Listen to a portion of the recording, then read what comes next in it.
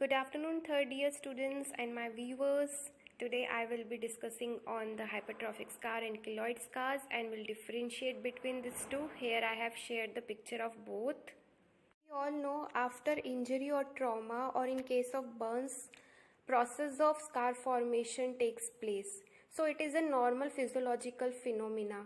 In hypertrophic scar, there is hypertrophy of mature fibroblasts in hypertrophic scar. Along with blood vessels are minimal in this condition, so this will not spread to the adjacent skin and will get healed within the 6 months. So prognosis is good. But in case of keloid, there is continuous proliferation of immature fibroblast. So immature fibroblast will keep on continuing growing with immature blood vessels. So that's for it will spread to the surrounding skin and prognosis is very poor. And keloids maturation क्यों नहीं हो पाता fibroblast का? Because there is defect in maturation and stabilization of collagen fibrils. Normal collagen bundles are absent, so that's why. क्योंकि immature blood vessels हैं तो ये grow होता रहेगा एंड एडजेसेंट स्किन तक पहुंच जाएगा and then steroids injections are needed. Whereas hypertrophic scar are the wound repair process. They will not grow outside the confines of the original wound. Let's discuss the occurrence and prevalence of keloid. It is common in black and females. Negroes में मिलता है ज़्यादा. Genetically predisposed है. Often familiar है. Infection या wound की side पे होगा या कहीं burn हुआ है तो. जो location है that is on shoulder, anterior chest and sternum. This is the very common site. Keloid over sternum is oftenly looks like butterfly shaped and after piercing भी कुछ लोगों को keloid formation हो जाता है. Pathologically, keloid contains proliferating immature fibroblasts, proliferating immature blood vessels and type 3 thick collagen stroma. Differential diagnosis, it is compared with hypertrophic scar. Now, hypertrophic scar can occur anywhere in the body, not genetically predisposed, not familiar and limits up to 6 months. तो 6 months के within ये limit हो जाता है, ये surrounding skin तक नहीं जाएगा. एक normal physiological process है wound healing का. Here is the picture of linear scar in the clean wound and hypertrophic scar in infected wound limits to the scar. जब keloid formation हो जाएगा तो ये देखो कितना spread हो रहा है normal skin तक. Why it is spreading to the adjacent skin?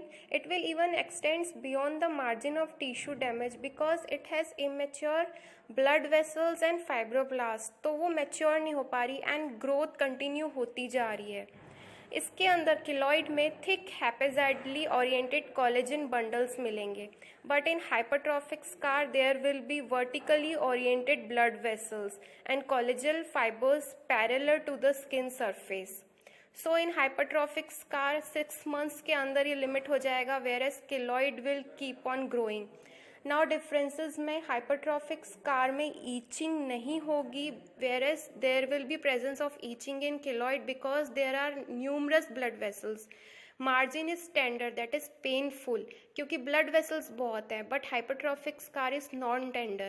Hypertrophic scar is not vascular but keloid is vascular. खूब सारी immature blood vessels हैं and it will spread to normal tissue, has a claw-like appearance. It will spread to the surrounding skin like a claw-like process, so that's why keloid is called like a claw. Keloids are often resistant to treatment and have a high recurrence rate.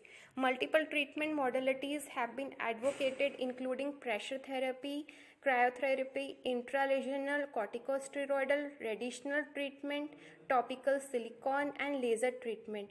Radiation therapy has evolved as an important adjuvant therapy for keloid scars.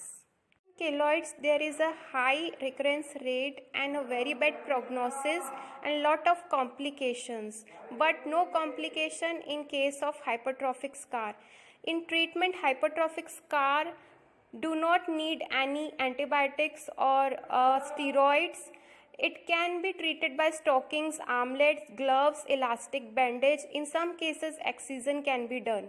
In case of keloid, injection of steroids such as triamcinolone acetate has been found extremely useful. पहले ये flattened करेगा keloid को, ये जो steroidal injections हैं ये flat करेंगे. Then intrakeloidal excision and skin grafting is to be tried last. Reoccurrence is common. Care should be taken not to extend the incision onto the normal surrounding tissues.